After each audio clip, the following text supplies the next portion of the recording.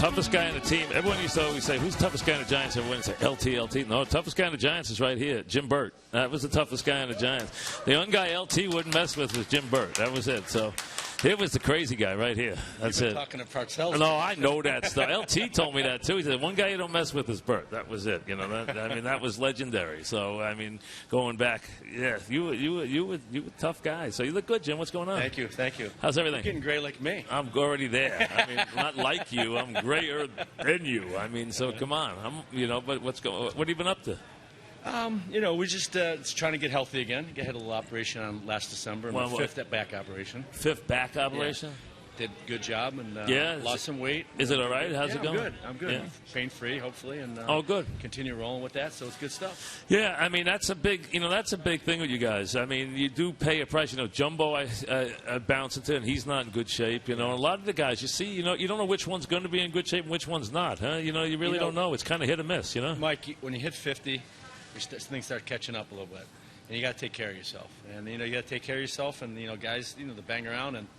I wouldn't change a thing. I love it. I mean, it was like we had the best coaches, and I guess we're here to talk about that. But we had coaches that always had the pedal to the metal. And you're 21 years old. You want that. You want someone to be disciplinary to you, and competition. And it never stopped. And that was. Well, you guys were tough. I mean, the '80s run of champions, whether it's the Niners, the Bears, you guys.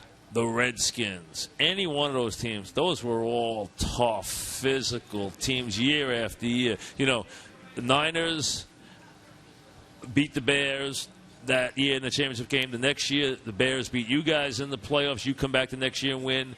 You beat the Redskins the next year. They come back and win. I mean, so it was like year after year, the progression with all those really tough physical teams. Eagles were tough in those days, too. I mean, very physical brand of football in those mid to late 80s. Mike, if you like old school football, that's the football you want. It really was. You want to watch the Redskins play against the Giants. Yes. We played cover 3, 90% of the plays. No stunts, no nothing. If you could knock us off the ball and be more physical, that's the team who won. And it was they had the Hogs, and they were known. They had John Riggins. Yep. And, Riggo was a load. He was tough. Yeah. Yeah, he was a load, and you had those type of teams and.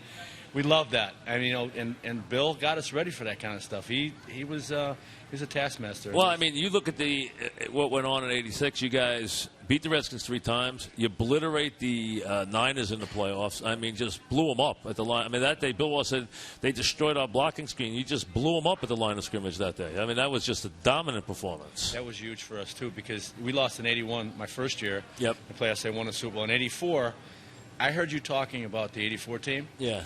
They scored the first 2 drives. Bill Courier had a touchdown. That turned that whole game around. They didn't score again after that. We knew we could play with them in '84. They had a great team. That was a great team. When we played them, we beat the Rams the week before. We stayed over at Fresno. Yep. And we played them, and it was a tough game. We knew that we could play with them in '84 when we played them.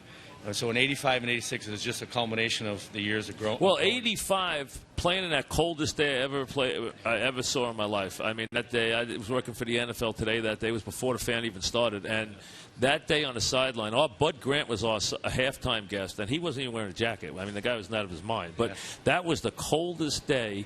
But it really started in that loss in that locker room, right? The '86 really started that day because you guys got shut up by a great bad team, but played them tough, played them really tough, better than anybody else played them that year, and it was set up the things for the next year. No doubt. I think '84 was a big year for us. '84 was a big year. Bill coming off the tough year in '83, the whole team, and then we started out 3-1, and we lose 2 games, and things were looking kind of bleak, and we had to go into Atlanta, and Bill was ready to lose his job then.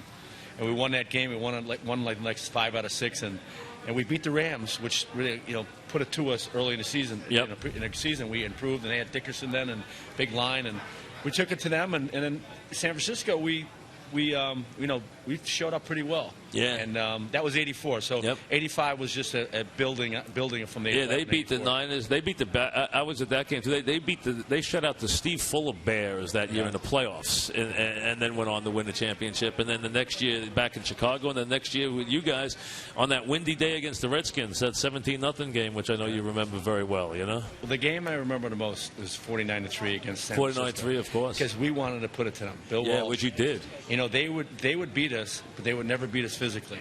And they had very skilled players. They had guys that were very, very good, and they would beat us, but never could beat us physically. 85 we beat them in the playoffs in the wild card game. And 86 we put it to them 49-3, and we just caught them fire offensively. Defensively, pretty consistent. Oh, you beat them up at the line of scrimmage, yeah you we really got them pretty did. good. You got them very good. And then that team, let's be honest, that team played great in the playoffs. It really did. I mean, and beating the Redskins on that windy day in the NFC title game, which was a real windy day at Giant Stadium. And then, obviously, what do you remember about Pasadena? What sticks out? I mean, it's you with the kid and everything and the stands and all that stuff. That's a nice day to remember, right? Yeah, ESPN is doing a special on that, actually. And it's going to be a lot of fun. But 86 was... You know, I hear you speak, and I hear you from Long Island, and I grew up in Buffalo, and it's like, you know, we put a box on the wall, and we play baseball, we play stickball, we play wiffle ball. We got indoors, we got basketball. You know, get on a bike when you're in the city, and you play all over. So my dreams were to play hockey or football or something.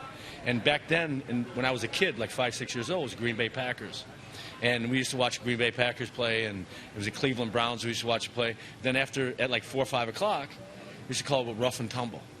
So those are all dreams that I had of growing up. And then I was 27 years old to finally realize, after 6 years with the Giants, some of them were miserable times, obviously. And then the culmination to get to the Super Bowl, I can't tell you the thoughts that went through my mind with my dad, you know, because my dad was a big sports guy, to go through all that stuff. And you're just a kid, and you're 27 years old, and you're able to reach the pinnacle of that and share it with your kid in the fourth quarter of a game. It's pretty tremendous.